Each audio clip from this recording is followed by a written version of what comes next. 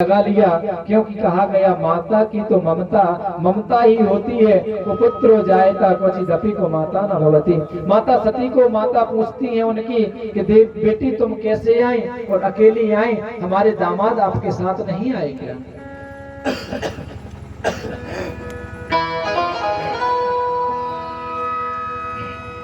जब इतना कहा तो माता सती ने कहा कि मैया स्वामी जी यज्ञ में नहीं आए हैं। और माता की आपस में वार्तालाप हुई, माता सती को जलपान कराया और माता सती बोली कि पिताजी माताजी अब हम जाकर के यज्ञ के दर्शन करके अपने कैलाश को प्रस्थान करेंगे। तो माता सती यज्ञ में जब पहुंची और माता सती ने देखा कि सर्वप्रथम गणेश जी का स्थान है, गौरी जी का स्थान है, वरुण देवता का स्थान है, ब्रह्मा विष्णु का स्थान है, इंद्र का स्थान है, 10 देवपाल का स्थान है, परंतु कहीं भी उन्हें अपने पति का स्थान नहीं दिखाई दिया।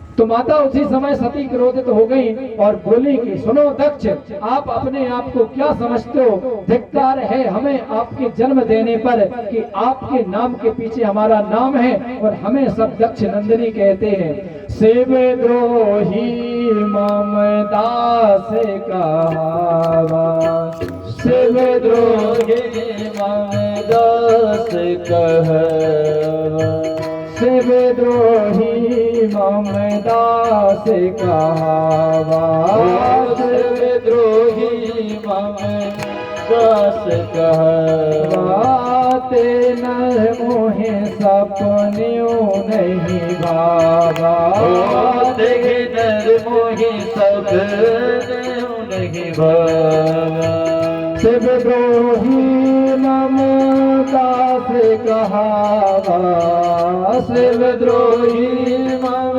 दास कहवा, शिव द्रोही मम दास कहावा, ते नर मोहि सपने नहीं भावा।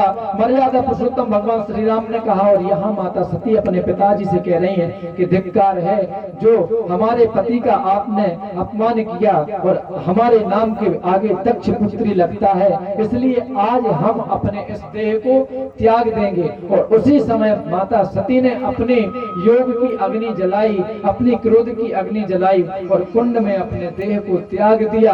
और जब कुंड में माता सती ने अपने देह को त्यागा तो हाहाकार मच गई।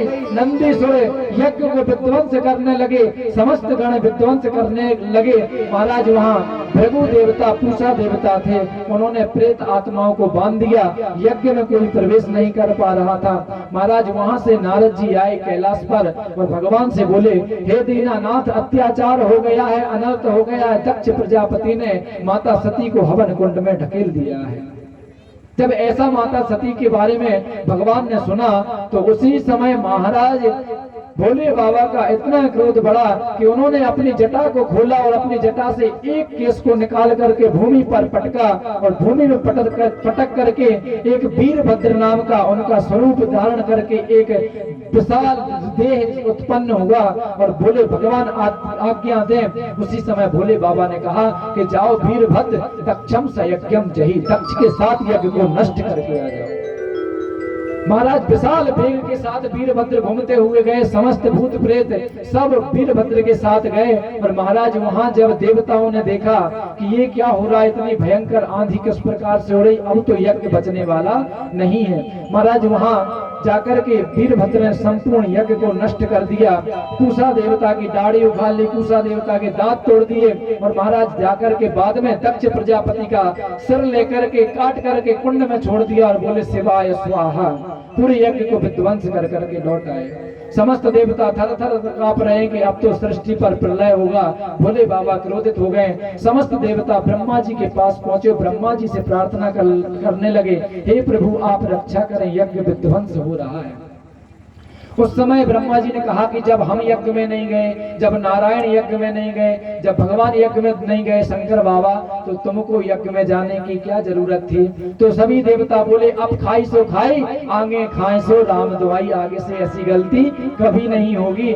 बस अब तो आप यज्ञ संपन्न करवा दो। यजमान का धड़ पड़ा है, यज्ञ का विध्वंस पड़ा है और आप चल करके यज्ञ की रक्षा कराएं। तो महाराज ब्रह्मा जी देवताओं को भगवान के पास लेकर के गए और भोले बाबा तो बड़े दयालु हैं। भोले बाबा से प्रार्थना की, भोले बाबा प्रसन्न हुए और आकर के बकरे का सिर दक्ष के सिर पर लगाया और महाराज दक्ष प्रजापति भगवान को समझ गया और भोले बाबा की प्रार्थना करने लगा। अब आप विचार करें कि एक बकरा जब प्रार्थना करेगा तो कैसे प्रार्थना करेगा। तो एक भावार्थ कहा जाता है कि जब भगवान के शंकर जी के मंदिर में हम जल चलाने जाते हैं तो वहां कहते हैं बम बम भोले। बम बम क्यों कहते हैं? क्योंकि जब दक्ष प्रजापति भगवान से प्रार्थना कर रहे थे तो वो बेमे की आवाज सुनकर के भोले बाबा बड़े प्रसन्न हो रहे थे। और जब भक्त जल चढ़ाने जाता है और बम बम बोलता है तो उन्हें अपनी ससुर बाबा की याद आ जाती है और भोले बाबा प्रसन्न होते हैं और प्रसन्न होकर के हमारी मनोकामना पूर्ण करते हैं। दक्ष प्रजापति को बकरे का सर लगा करके यज्ञ को पूर्ण किया। यज्ञ को पूर्ण करने के पश्चात महाराज आगे की कथा में हम प्रवेश करते हैं। श्री राम जय जय राम।